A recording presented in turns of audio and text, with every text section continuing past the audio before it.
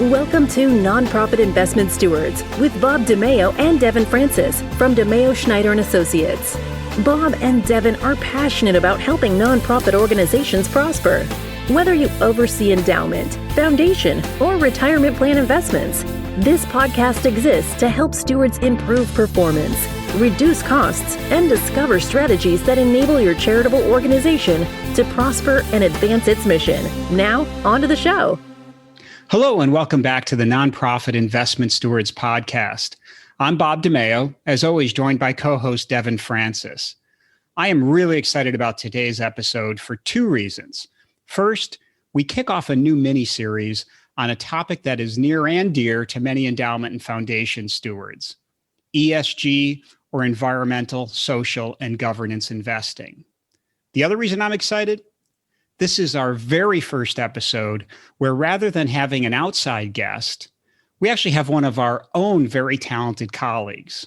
She's not only a consummate professional, she knows a great deal about ESG and SRI investing. So let's get into this. Devon, where do you stand on the topic and what can listeners expect? Oh, I couldn't be more thrilled, Bob. As I mentioned in our inaugural podcast, ESG investing is one of the things I'm particularly passionate about. So I'm really excited to discuss this topic. I serve on our mission-aligned investing committee, and I work with several clients who are driven by ESG guidelines. And on a personal note, I'm also very invested in doing my part to combat climate change and help further social justice. So the topic, to me, is important not only professionally, but also personally. So in this mini-series, we will hear from three guests. I'll leave you hanging for a moment about this episode, but in the next two parts of the series, we'll hear from a client who incorporates ESG guidelines in their portfolio construction process. And then we'll also hear from an investment manager who is on the forefront of the ESG movement. So I think we've got a great series for you. So today, as Bob mentioned, we are so thrilled to be joined by one of our DiMeo Schneider teammates, Shreya Canakapalli. Shreya is one of the firm's senior consultants, and she serves alongside me on our mission-aligned investing committee. Shreya is a CFA charter holder, and she's been with the firm since 2012. So Shreya, welcome to the podcast. Well, thank you both for having me.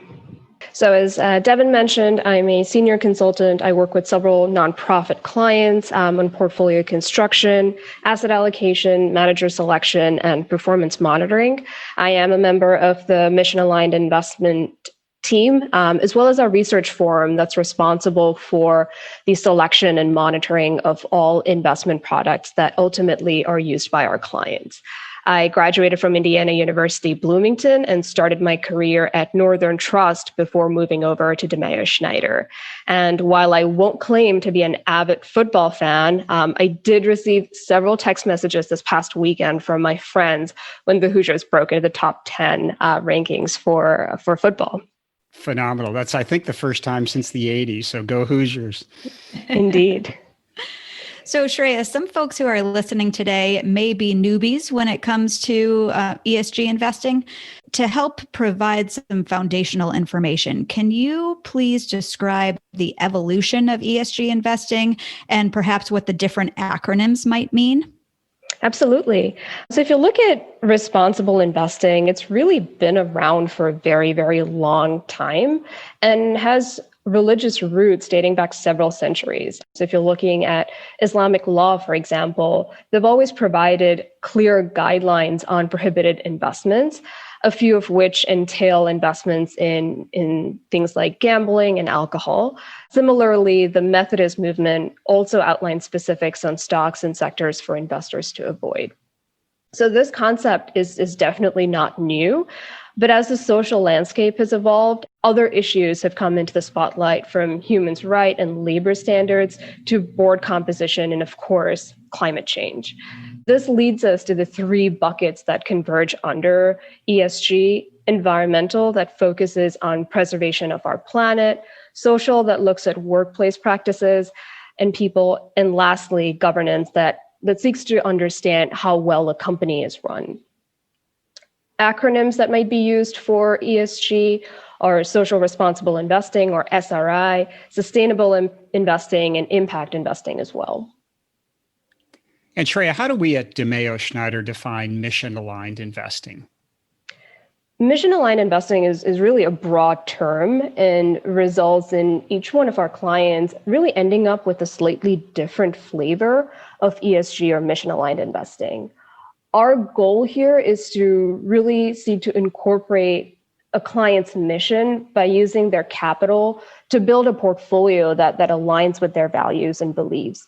And it's important that in this scenario, we also maintain an appropriate long-term return and risk target that allows the client to achieve overall goals and objectives. For example, if you're looking at a community foundation, several of which we work with, they may be more drawn towards some of the social aspects of mission-aligned investing and could seek to incorporate elements such as maybe diversity and inclusion, labor standards into their portfolio. Whereas if you looked over the last few years, several college campuses faced pressure from students and other sources to act to slow down the impact of global warming. As a result, we saw several endowments looking more closely at incorporating environmental factors to make a difference with their capital. So really, we work very closely with our clients to help them define mission-aligned investing and what it means for them, and ultimately how this translates into an investment portfolio. That's great. So it's really quite a customized approach. Absolutely. Yep.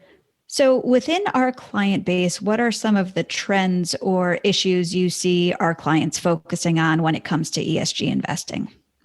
Sure. So if you're looking just broadly at ESG investing, most people have probably seen these headlines, but 2020 was actually a record year for inflows into ESG or sustainable investing products.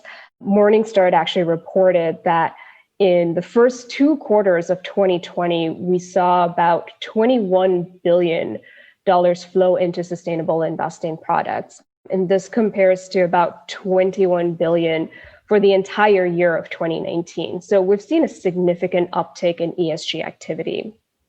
And before I talk about our client base, I also did want to mention that if you're just looking at performance of sustainable funds, you'll see that most sustainable funds have also outpaced both benchmarks as well as their conventional peers.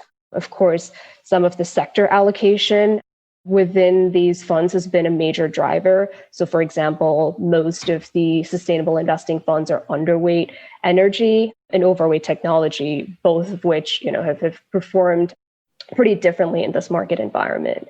But more specific to what we're seeing in terms of our clients, we're just seeing a lot more interest from our clients, both current as well as prospective clients. When we're responding to any requests for proposal, most endowments and foundations are asking about our mission-aligned investing or ESG capabilities, how we implement it in portfolios, what kind of products we look at, how we help them measure the impact of this strategy, as well as just in general, what the overall landscape has evolved over the last few years. And then more recently, just given all of the activity that we saw this summer, social factors are definitely gaining more prominence within this space. More and more, we're seeing clients inquire about minority and women-based investment firms and trying to incorporate such investments into their capital and into their portfolio. You might have seen Yale's recent announcement, and while they're not a client of ours, they did actually recently announce that they're looking more at managers in their endowment, and these managers will be evaluated against their diversity efforts. We're most likely going to see this trend continue, and our research team is already looking at how they can be at the forefront of this, how we can bring to our clients investment options that incorporate some of these social aspects as well. Shreya, that's super insightful. Anything else you'd like to share on how stewards or board members or investment committee members overseeing an endowment or foundation might approach or establish mission-aligned investing? Yeah, it's really important to first determine what the underlying motivation is for mission-aligned investing. It could be part of the endowment or foundation's purpose or mission. Again, to give you an example, we work with a client whose mission it is to improve lung health and reduce the frequency of lung disease. And so this naturally leads them to exclude any tobacco-related investments in their portfolio to the extent possible. So we look at 4 different approaches, and these aren't quite distinct. You'll see a lot of overlap between these approaches, but the 4 approaches are exclusionary, integration, proxy voting, or shareholder engagement, and lastly, impact investing. So under exclusionary, as the name implies, investors look to limit or exclude certain securities that don't align with their values. Integration, on the other hand, looks at not only excluding the bad actors, quote unquote, but also including some of the securities that are moving the needle in more of that positive direction. If you looked at some of the guidelines published by the United States Conference of Catholic Bishops initially back in 1991, they were mostly exclusionary in nature to avoid participation in harmful activities or do no harm, as the conference puts it. But they understand, again, that the marketplace has evolved. There are more investment opportunities. As recently as 2003, they actually made changes to their guidelines that now are more positive in nature and not only seek to avoid certain securities, but also promote the common good, as they put it. So this encourages investment in companies that, again, are promoting the values of USCCB. Proxy voting or shareholder engagement, on the other hand, investors that look at this approach have to own the underlying security. So again, it's not really for every client and every capital base, but if you're looking at how this is accomplished, most of the owners of these securities look to cast their vote or proxy directly to engage with companies on various topics through this mechanism. For this strategy, we typically recommend, again, that a client engage with a third-party proxy voting service that votes these proxies on their behalf in line with their ultimate goals and objectives under this mission-aligned investing. And lastly, we have impact investing.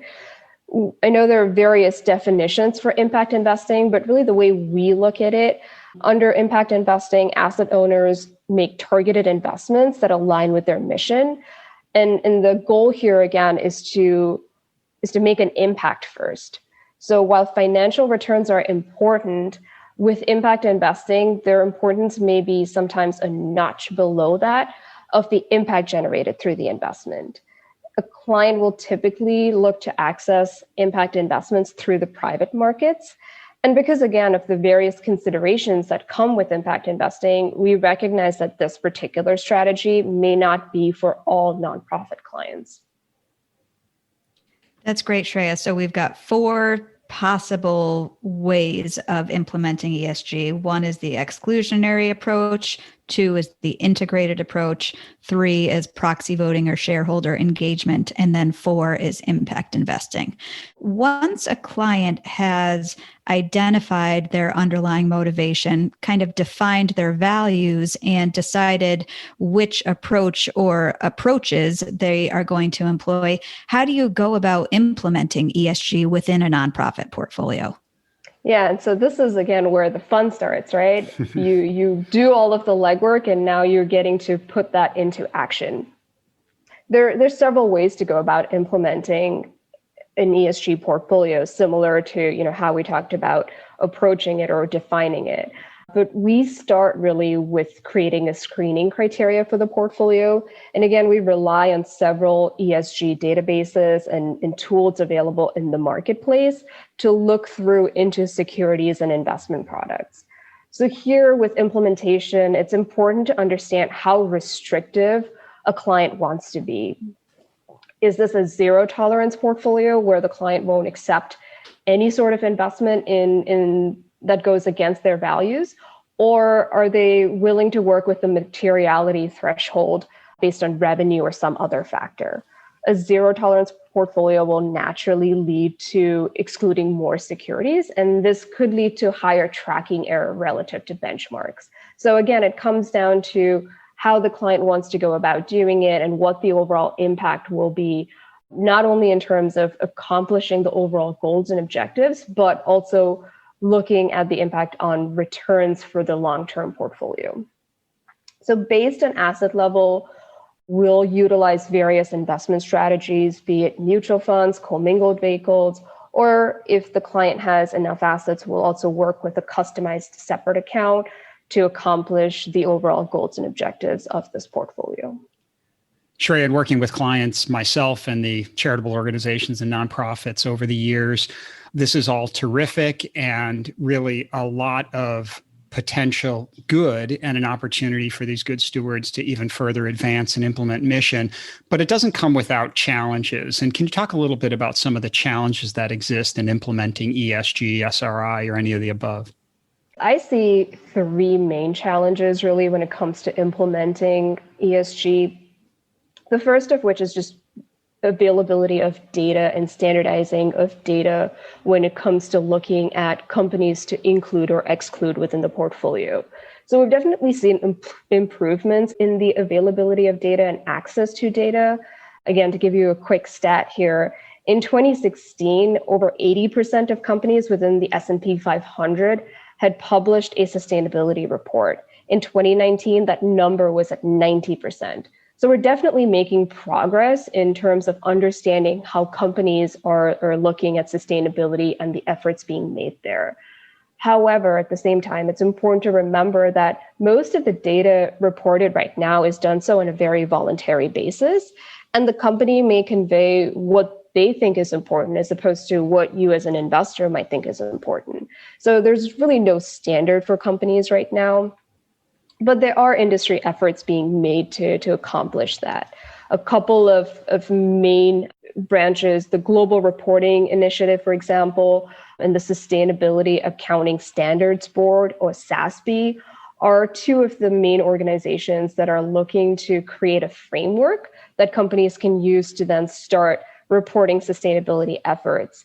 But we haven't quite seen a tipping point with either one of these organizations. The second challenge is investment opportunities. Of course, this has been a growing space. I had referenced the sheer amount of inflows that we've seen into sustainability products, and I fully appreciate that this area will continue to evolve.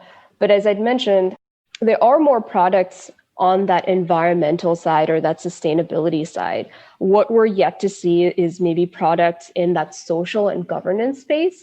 But again, given some of the efforts being made by some of the larger capital owners, some of the larger endowments and foundations, I fully suspect that we'll continue to see products being developed in the S&G space and more availability for investors looking to prioritize those areas of ESG.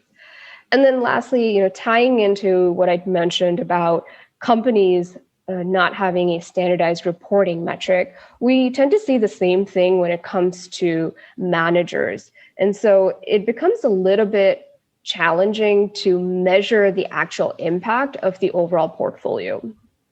Managers are even newer to this type of reporting, given that some of the products have been created in the last decade or so. So what we're seeing now, again, in terms of just standardizing the reporting, many managers are using the UN Sustainable Development Goals, or UN SDGs, as a framework to report how their portfolio is stacking up.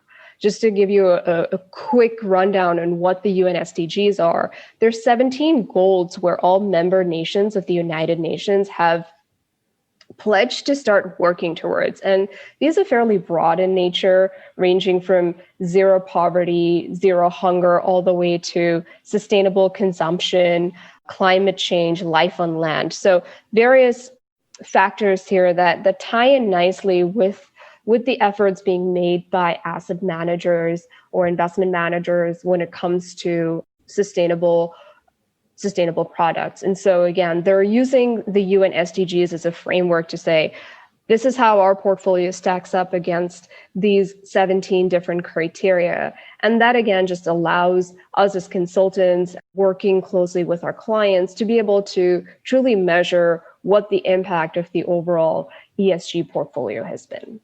That's great. Thanks, Shreya. It does sound like there are certainly challenges, but we're moving in the right direction. So that's great. You've provided so much important background on ESG investing and some of the challenges and the developments that are being made. Can you just share with us broadly, how do you help clients? Do you maybe have a story or two that you could share to help illustrate how we go about helping our clients? Absolutely.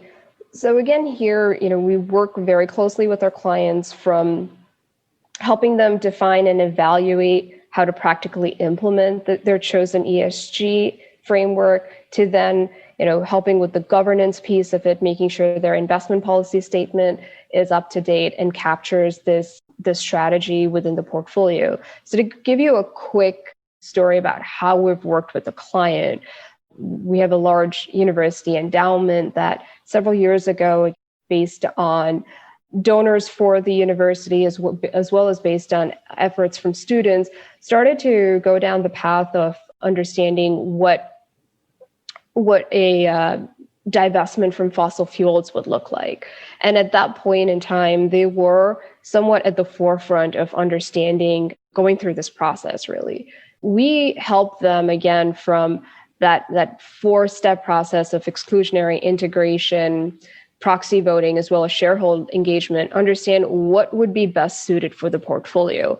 Ultimately, we agreed on a mix of all 4 of them, less so for impact investing, just given that, again, the goal was here to produce a portfolio with the ability to outpace their spending rate, grow into the future, and make sure that the endowment lasts into perpetuity. And so we created a portfolio, having gone through several rounds of discussion, analysis, that ultimately doesn't have great tracking error relative to a conventional portfolio, but still accomplishes their goals of removing fossil fuels from the portfolio to the extent possible. So we looked at a divestment and integration approach when it came to traditional equities and fixed income. We're still working a little bit on that international and emerging market piece. We were also able to incorporate some alternative investments within hedge funds and private equity that, again, furthered this mission of reducing the impact of fossil fuels, positively impacting climate change as well.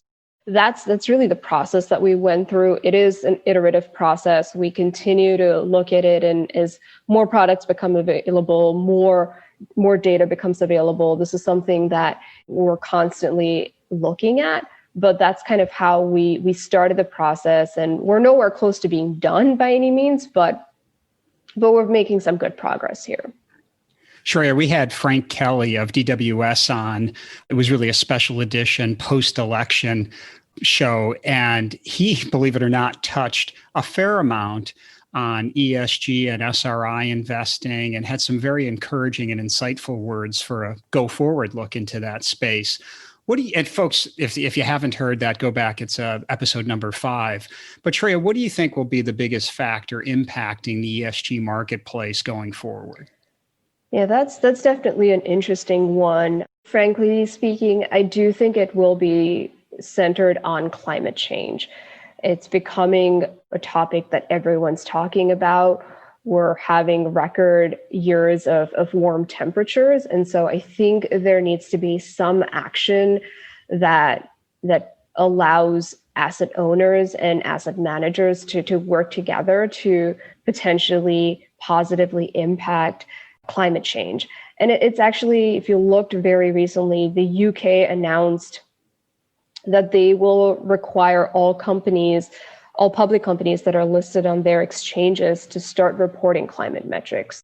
This is the first country that's come out with regulation such as this, and we do think that other countries might follow suit. So if you're looking at the European Union, they were already looking at similar regulation, and this might be the impetus for other countries to start considering that. And with that, I think will come a lot more transparency on how companies are reacting to what is becoming a very important topic of conversation for everyone. And I think that will lead to more investment in areas that can help reduce the impact of fossil fuels, help reduce the impact of global warming ultimately. I do think that that is going to become one of the biggest factors, and we're going to hopefully see more government and state regulation when it comes to how companies are doing their part to reduce their carbon footprint. All of your comments have just been so insightful, and clearly you have a lot of knowledge on this topic, and we thank you for sharing it with us and with our listeners. Before we finish up the episode, we always like to learn a little bit more about our guests on a personal level. I will leave you with two questions. One is kind of from a selfish perspective because I'm an avid reader. So I'd love to know, what is your favorite book and why? And then secondly, what do you enjoy doing outside of work for fun when we are not in a pandemic and you can't leave your apartment? Yeah, interesting year for sure. In terms of my favorite book, I've been looking for strong women role models. And so one of the places that I landed, unsurprisingly, was Becoming by Michelle Obama. I obviously followed the Obama presidency pretty closely, and I started looking more and more into her. But then just reading about her story, reading about how she overcame different barriers to get to where she is, and really stood out for herself and didn't quite ride in the coattails of her husband and his presidency. That was very impressive. And I think it was just very eye-opening that if you wanted to do something and you kind of set out your mind to do something, it was very much achievable, regardless of, your background, your socioeconomic status, and opportunities presented to you. I think it just made me realize that you can open doors for yourself as opposed to expecting doors to be opened for you. I would highly recommend that book if you haven't read it. Yeah. In terms of what I like doing for fun, this one's a little bit more nerdy, although I guess during the pandemic, we saw record sales for puzzles, but I've actually always enjoyed working on jigsaw puzzles. My husband a few years ago bought me a very cool artisan puzzle from Artifacts. It's a small California-based firm, and they actually laser cut wooden pieces of the puzzle. And that was probably one of the more fun and challenging puzzles that I've worked on. And then more recently, we're working on a magic puzzle company. It's a set of 3 different puzzles. And once you finish them, apparently there's some tricks in place where the puzzle changes. I'm not entirely sure how that works, but I'll keep you posted. But that's kind of how I look to de-stress and spend some time in the evenings working on a puzzle. There you go. And it's good exercise for the brain as well. I tell you, with our guests, we've had a lot of varied interests, from farming to jigsaw puzzles to triathlon. So we really run the gamut here. So Shreya, it's been so excellent to have you on the show. We really appreciate you coming on. If folks want to learn more about ESG investing, or if they want to contact you, how might they reach out, or where should they go? Absolutely. Please feel free to reach out to me on LinkedIn. I'm pretty sure I'm one of the few Canakapallis on there, so it should be pretty easy to find. But also definitely check out our website. The research and insights section of our website has a lot of great content related to mission-aligned investing and just overall portfolio construction and considerations for nonprofit clients. Shreya, it was so great to have you on the show, and it's a joy to have you as a colleague. And frankly, doing the show just reminds me how much I miss being in the office with you and our other wonderful colleagues. So thank you so much. Absolutely. Thank you for having me. So as we wrap up, remember to subscribe to and rate the show. Your reviews really do help expand the audience. I also want to make listeners aware of a timely guide that Devon and I just co-authored along with another colleague, titled 6 Tips to Managing Endowment and Foundation Investments. It's a 20-page guide, not only timely, but we hope super useful insights. There'll be a link in the show notes, and you can download it without any cost. So to all you good stewards, thanks for investing time to help your nonprofits prosper. We'll connect with you soon on the next episode. Thank you for listening to the Nonprofit Investment Stewards podcast. Click the subscribe button below to be notified of new episodes, and visit DiMeoSchneider.com for more information. The information covered and posted represents the views and opinions of the guest and does not necessarily represent the views or opinions of DiMeo, Schneider and Associates. Content is made available for informational and educational purposes only and does not represent a specific recommendation. Always seek the advice of qualified professionals familiar with your unique circumstances.